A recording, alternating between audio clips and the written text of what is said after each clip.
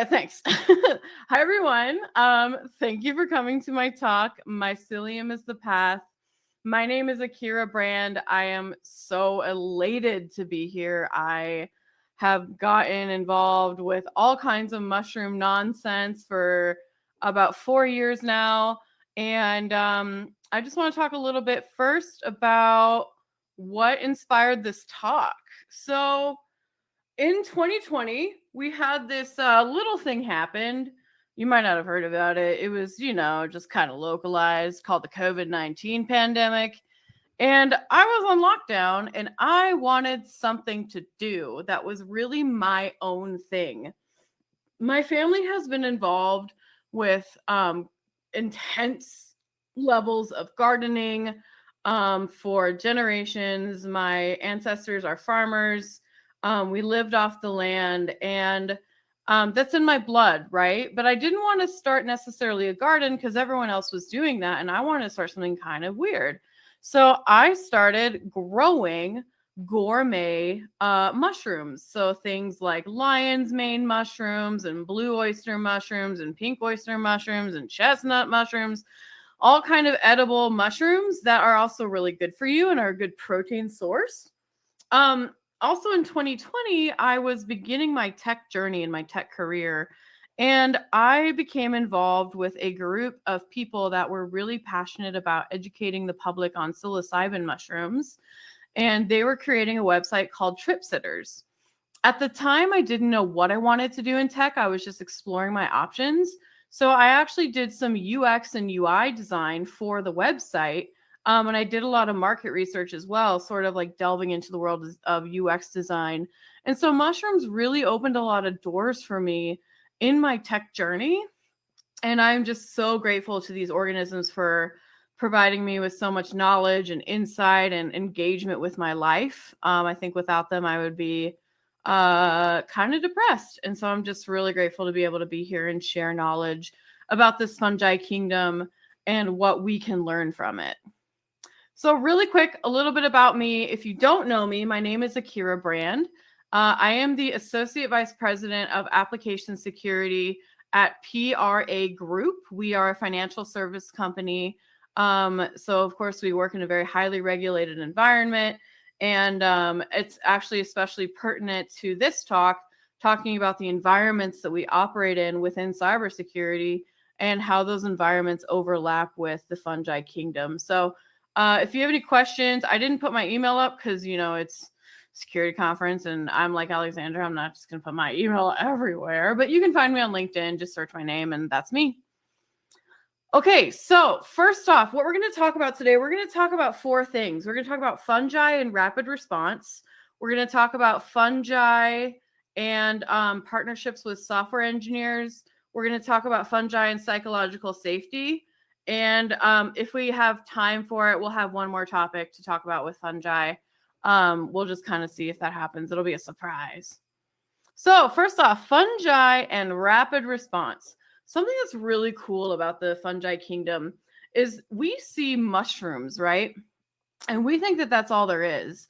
But in truth, there's actually a huge network of a root system of mushrooms. That is called mycelium.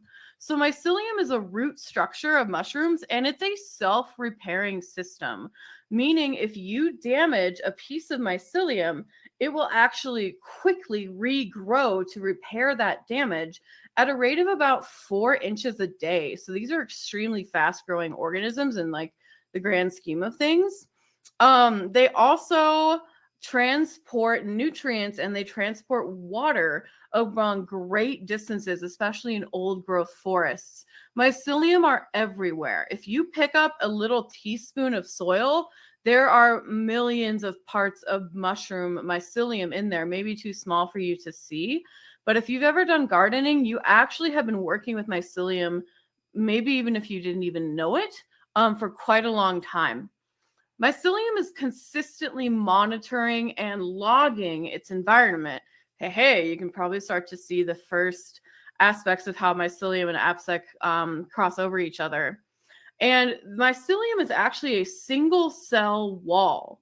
So in that world, how do you think a mycelium network can possibly protect itself against toxins in its environment. So there are hundreds of thousands of microbes in the soil. There are a lot of viruses, there's a lot of bacteria, and those viruses and bacteria want to eat the mycelium. But what the mycelium does is it is constantly excreting enzymes that protect against viruses and bacteria in the environment. So to illustrate what mycelium look like, I actually have a little bit of a visual aid here. So this right here is a petri dish. Can you, Alexander, I'm just going to ask if you guys can see it, if you can chime in, because I can't see the chat. Can you guys see the petri dish? Perfect. Okay, I'm going to just assume yes.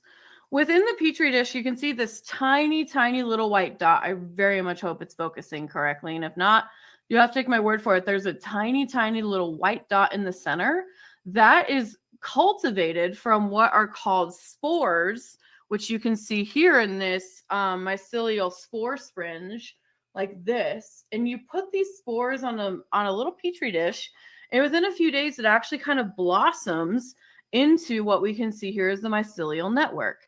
Now, mycelium grow very quickly, again, as we were talking about. This right here is a block of corn that has had mycelium growing on it for about a month. Now, the conditions have not been perfect for the mycelium to grow, but as you can see, the mycelium is indeed taking over this block of corn. And then once I put this block of corn into a substrate, functionally meaning just special soil that is sterilized, that is perfect for mushroom growth, it will actually grow into mushrooms. Now, one last thing I'm going to show you. This is a mycelium block within this black bag. And as you can see, it's actually producing the fruiting body of mushrooms. So mushrooms, when we think about them, are just this fruiting body on top. This is called a chestnut mushroom. They're very delicious. But what's really going on beneath the surface here, I'm going to open up this mycelial block and show you, is there is a large amount of mycelium growing on what is called substrate. So you can see here from that tiny little dot of mycelium, an entire fungal network has grown. And then when the conditions are right, they come together to form fruiting bodies, which is very cool. So it also smells very earthy. It's very nice. What can we learn about that? Well, first off, we can learn about the fungi defense against predators in their natural environment. Again, like I said, the fungi mycelium, which you've just seen examples of here, will secrete enzymes that are constantly adapting to their environment, identifying threats to the environment, and going on an offensive way of existence to make sure that those organisms do not penetrate the single cell wall of the mycelium. From a paper called How Fungi Defend Themselves Against Microbial Competitors and Animal Predators by Marcus Kunzler, he says fungi have evolved different strategies to increase their competitiveness for nutrient acquisition toward other microorganisms and to protect themselves from predation by animals. Similar to plants, the main defense strategy of fungi is chemical defense, i.e. the production of toxins, impairing the growth, development, or viability of the antagonist by the fungus. So here's another really cool example of mycelium repairing itself. This is actually mycelium leather. You can make quote unquote leather out of extreme amounts of, not extreme amounts, but out of many, many amounts of mycelium kind of matted together. Now, if you have a leather jacket and it gets a hole in it, you have to actually go back to a tailor and get the leather replaced, and it's a huge pain. It's very expensive. But what these scientists have done is they have created a condition for which the mycelium can self-repair. So they just made sure that there was enough moisture in the air, there was enough correct light and gaseous exchange. So for example, carbon dioxide and O2 for the mycelium leather to repair itself. This is all the same piece of leather. So I think that's pretty cool. Let's see here. So now let's talk about what does that mean for AppSec and rapid response. So I assert that there are many rapid response strategies that AppSec engineers and software developers and tech leaders can deploy in order to mimic the behavior of a mycelium. First off, on the right here, I think it's on the right side of your screen, well, you're going to see a mushroom. This is called a false morel. A morel mushroom looks similar to this type of mushroom, but this false morel will actually make you very, very sick if you eat it. So when I see a false morel, the first thing I think about is a honeypot, putting something in the environment that looks like a vulnerable environment, but actually attracts away attention from your vulnerable environment. So the attackers are more focused on the honeypot. There's also the idea of some kind of secretion that I know it's kind of a weird word, but like secretion that an AppSec program can do or an AppSec engineer can do, which I would say would correspond to a bug bounty program within application security. Because in that way, you are giving attackers a quote unquote, what's the word I'm looking for? Well, whatever. A way to get paid to hack your environment as opposed to going underground and trying to breach your environment without proper permission. It's also really important to me to create a way to become a defense and an offense that inhibits the growth and propagation of threats.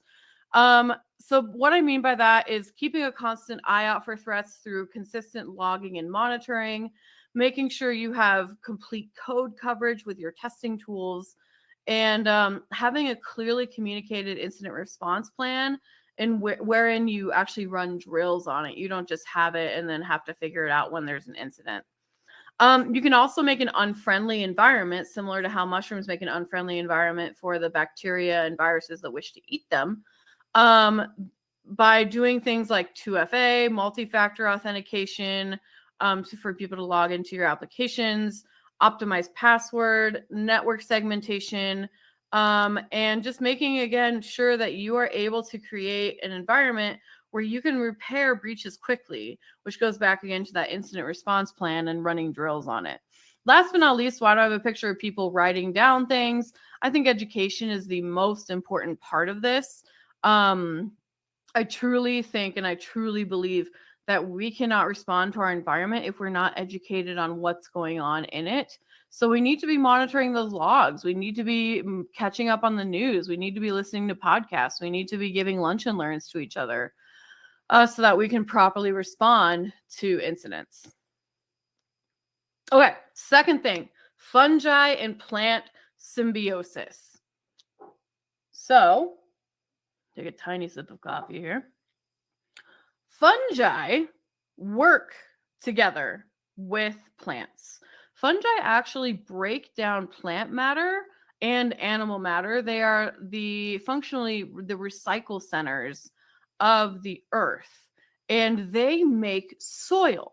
Now, that is important to note that they can only do so in the right conditions. If you have a desert, fungi are gone. It's just, if you have an arid desert, fungi cannot make soil. They cannot survive. But the mycorrhizal fungi are actually made up of these root-like structures, which you just saw, which they are able to, first off, transport water into the roots of plants, which is very cool. They're able to recycle certain enzymes that plants deposit and then able to give nutrients back into the plants, which is very cool. And you can see here in this picture with the mycorrhizal fungi, if you're a gardener at all, you've probably seen plant roots that look like this. You might think it's the plant root. No, it's actually fungus, which is quite cool. Here's another just couple of examples. No mycelium, no plants. Okay, so you're probably thinking to yourself, what does this have to do with application security? Let me tell you something. Application security doesn't exist without a symbiotic relationship with software engineering. You must talk to your software engineers early. You must talk to them often. We rely, I think, in AppSec engineering too much on tooling. I think we don't build proper partnership models. We don't present to software engineering about what's happening in our application security programs. We don't present on current threats. We don't have enough software engineers coming over to InfoSec to explain their systems. We don't have enough software engineering people coming over to InfoSec to explain their roadmaps. And we're just too siloed. And we really need to work in symbiosis together. And we must partner together to support the business objectives so that we aren't creating a wash or a canceling each other out situation where maybe software engineering is going to release a feature that will make $5 million, but the risk profile on it is $4.7 million worth of potential risk. In which case, if you're shipping that feature and you and software engineering aren't working together, how are you possibly going to produce business value? This is just a really cool picture I found. These mushrooms are clearly working in symbiosis with the plant matter around them and also to decompose this tree. Very much similarly, I truly think that InfoSec can become the quote unquote root system for software engineering to make sure that they are enabled and empowered in a way that actually helps them. All right, let's talk about fungi and detoxifying the environment. If you might have seen this picture before. This is a picture of the Chernobyl reactor 4 that had a meltdown in the late 1980s. And it was a mess. 4,000 people now have died because of radiation poisoning. I think 40 people died in the actual meltdown. There's a giant radius of sort of a non-inhabitable zone around Chernobyl even now, and it's highly radioactive environment. Now, this is very cool. They actually found a fungus called the oh my gosh, I'm going to butcher this, Cryptococcus neoformans, which has a large amount of melanin in it. Now, if you eat this mushroom, you will get very sick. You might even die. But this is a spore print of the mushroom, and this is like the beginning stages of the mushroom put under a microscope. This mushroom can eat and survives and thrives on radioactive matter, which is really cool. It opens up a lot of doors for what is called mycoremediation. Mushrooms can also break down common pollutants. They can break down diesel fuel. They can break down pesticides. They can even, there's some research going on right now to see if mushrooms can break down plastics. So they are indeed the true recyclers of information, and I say that word very diligently, in our natural environment. Now, what does it have to do with AppSec? So AppSec and detoxifying the environment really involves application security being very involved, again, with the software engineering team to make sure the environments they're working in are clean, right? So whether that means making sure that networks are properly segmented, the way that you are developing your software features are properly put in pre-test, test, and prod. Of course, many people think that's software engineering. We have nothing to do with that, but we really do. We can come in and clean up the environment for our software engineers from a security perspective. Another couple things I would say here, again, going all the way back to that incident response plan, I truly think that if we run drills on our incident response and have proper communication between us and software engineering, we can clean up after breaches very quickly. Another way to do this is with secure code reviews. So detoxifying the environment with secure code reviews and an AppSec partnership model can really help create the conditions for a proper, clean code, secure code environment to thrive. All right. Last but not least, where would we be without talking about psilocybin mushrooms? So fungi are actually very effective in some cases for treating things like treatment-resistant depression, treating things like PTSD, not curing, but alleviating extreme distress cases from people who are terminally ill. There's actually, I'm going to reference a study right now A 2013 study from the University of South Florida actually found that psilocybin can stimulate neurogenesis, so literally regrowing brain cells, which we did not think was possible until very recently. So what they'll do is they will grow and repair the brain cells in the hippocampus, which is the brain center for emotion and memory. In the study, mice were given mice were given psilocybin, and mice actually overcame fear conditioning far better than mice that were given a placebo. Now, I'm not here to pass judgment on whether or not you should do that to living creatures. Actually, I kind of am. But the results of the study were actually quite conclusive. There's also another study done by Stephen Ross, who's a doctor. He's actually a psychiatrist at NYU. He conducted a study on terminally ill cancer patients, and he found that a one-time treatment with psilocybin very quickly brought relief from distress that had lasted more than 6 months in 80% of the study participants. Dr. Ross, I'm just going to do a quick quote from him. He says that the findings have the potential to transform the care of cancer patients with psychological and existential distress. But beyond that, it potentially provides a completely new model in psychiatry of a medication that works rapidly as both an antidepressant and anxiolytic and has sustained benefit for months. There are many clinical trials going on. There's a lot of legislation going on too that will allow for the legal participation in psychedelic assisted therapy. And I think that's really important for our population, especially now with so many people dealing with depression. So what do we do in AppSec to provide psychological safety? Well, first off, there's a lot of things that you should not do.